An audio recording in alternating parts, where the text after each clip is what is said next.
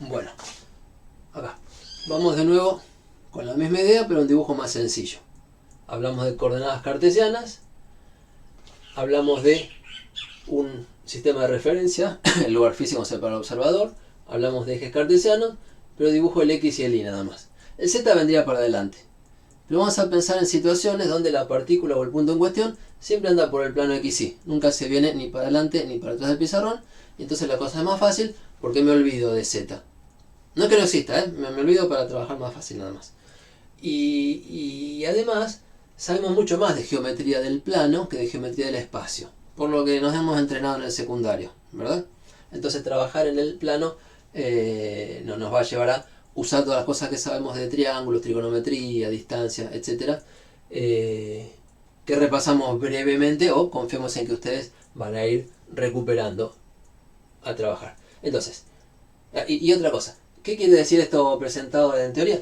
Que en el momento de hacer un problema, ustedes leen el enunciado, se imaginan la situación y empiezan por decir, bueno, vamos a suponer, o vamos a asumir, o decidir que el sistema de referencia es tal cosa, el piso.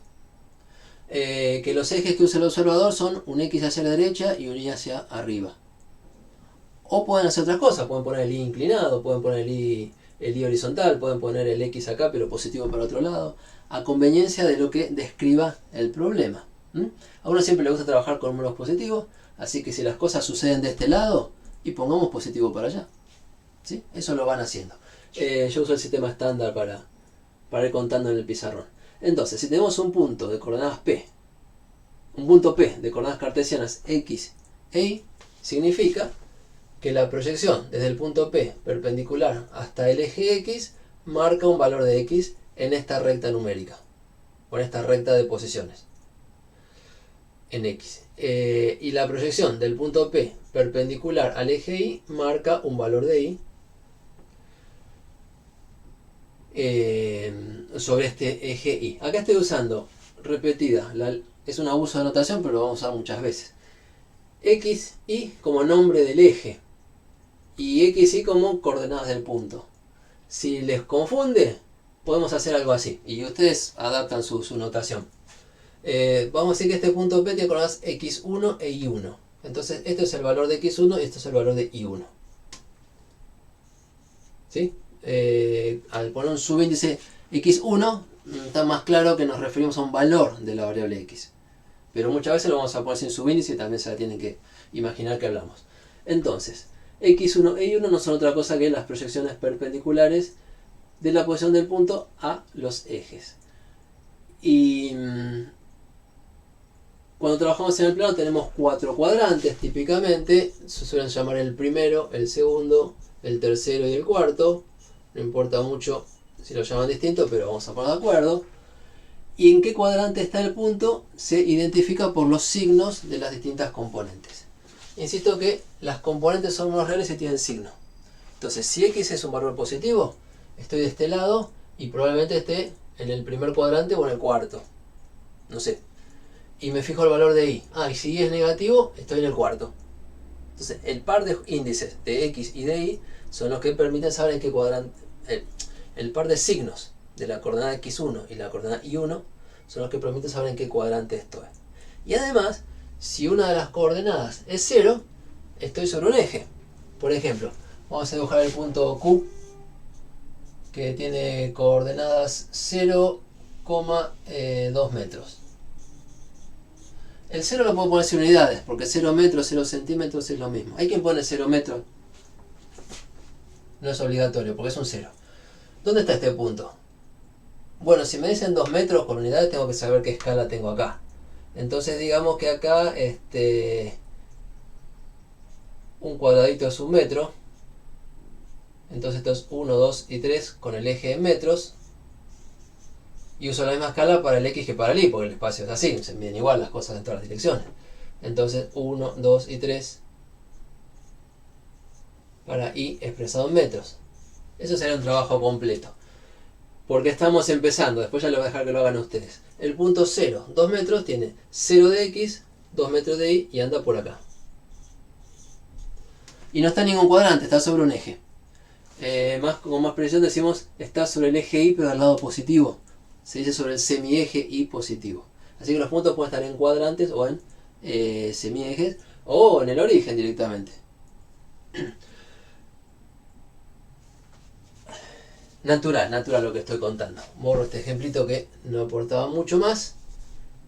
Borro los cuadrantes, pero insisto que un punto no tiene signo. Un punto es un par de números. Cada uno de estos dos números tiene signo y tiene significado de qué lado estoy de un eje y del otro. Ahora, si tengo el sistema cartesiano y ubico el punto, también puedo usar coordenadas polares.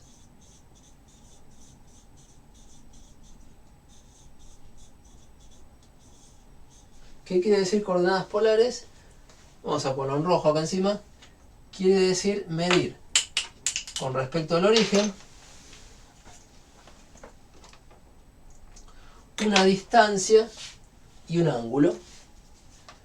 La distancia es la distancia del punto al origen, acá directamente, y la voy a llamar R.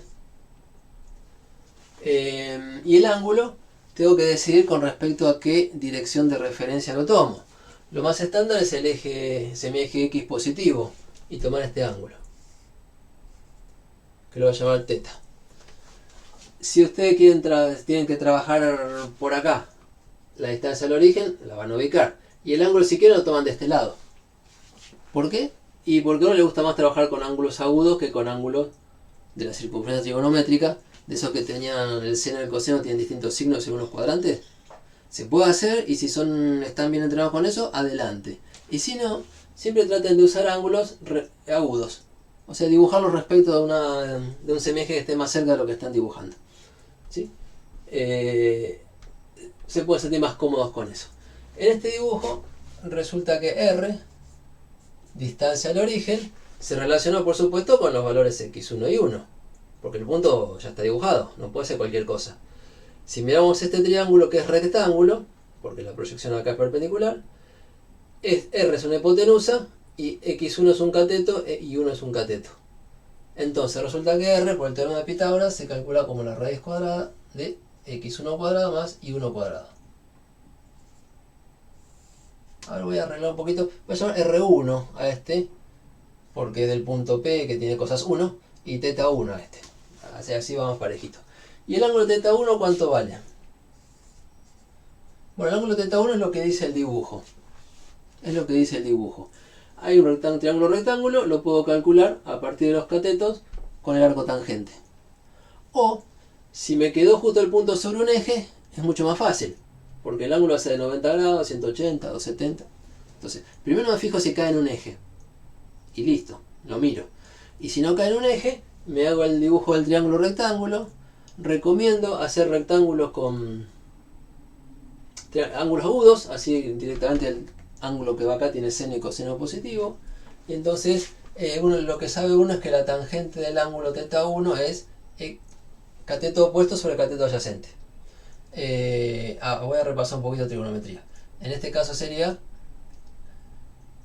I1, que es esta altura, porque si 1 es esta marca, y 1 es esta altura. Y x1 es este largo. Entonces, cateto opuesto sobre cateto adyacente es y1 sobre x1. Pero no quiero que se acuerden esta fórmula de memoria, porque un día el dibujo es distinto y no hay que hacerla tal cual, hay que hacerla de vuelta. Entonces, lo que prefiero recordar es un poquito de triángulos rectángulos. ¿Sí? Déjenme decir que el ángulo θ se saca con trigonometría.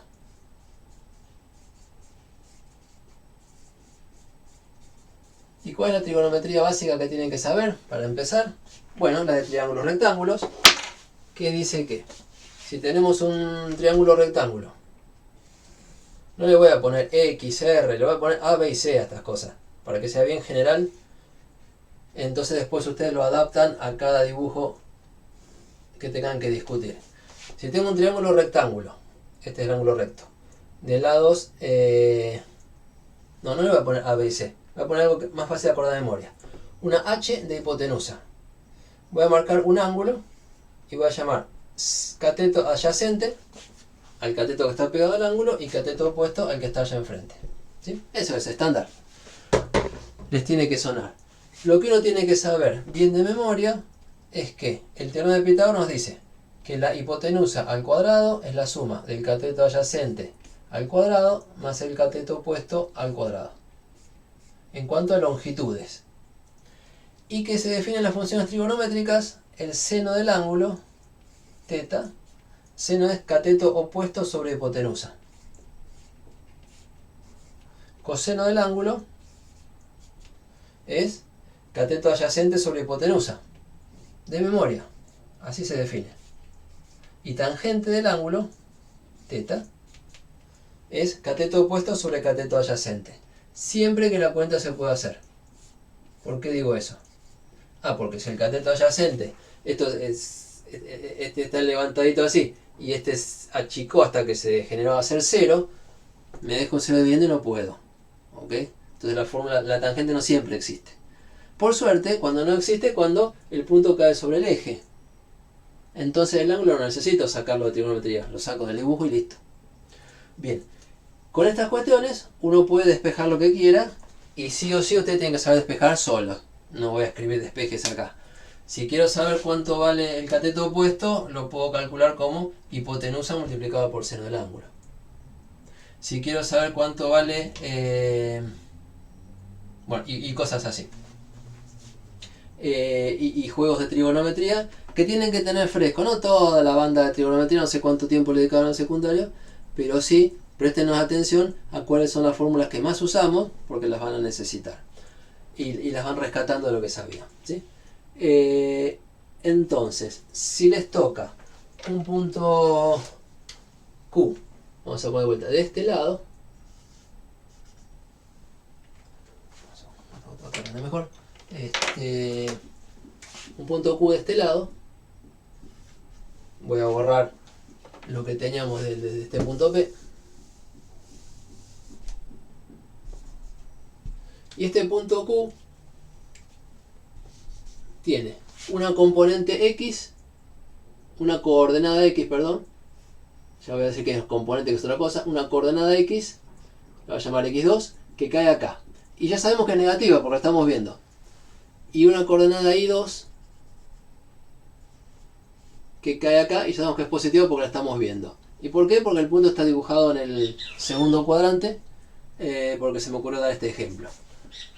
El punto Q entonces es el punto de coordenadas X2 y 2, esa notación que estoy usando. Y si yo quiero darle coordenadas polares, lo que voy a hacer como recomendación es trabajar, bueno, esta distancia y este ángulo. Lo llamo beta. Voy a calcular beta, pero sé que tiene sentido medirlo a partir del eje X, eje X negativo. ¿Sí? ¿Cómo hago? Bueno, y voy a hacer el siguiente trabajo que me interesa contarles. Acá yo les había puesto, si conocemos las coordenadas cartesianas, cómo calcular las polares. Y ahora quiero hacer al revés. Si conozco las coordenadas polares, si conozco este dato R2 y este dato beta 2, beta 2, quiero calcular cuánto vale X2 y cuánto vale Y2. O sea, pasar de polares, ya hemos hecho pasar de cartesianas a polares y ahora quiero hacer pasar de polares a cartesianas. Y bueno, trabajo con este rectángulo, con este triángulo rectángulo. Donde digo, esto es R2, que funciona de hipotenusa, esto es I2, que funciona de cateto, y esto es X2. Uy, no, esperen. Porque X2 es una coordenada negativa, y yo quiero hacer trigonometría con longitudes de lados. Así que esto no es el X2 que voy a usar, es el módulo de X2, o el valor absoluto de X2. Y el I2 también, lo que pasa es que como I2 es positivo en este caso no me preocupó. Pero en general, uno trabaja la trigonometría con los módulos de las coordenadas. Y después, cuando las tiene que anotar, le pone el signo que corresponde al dibujo.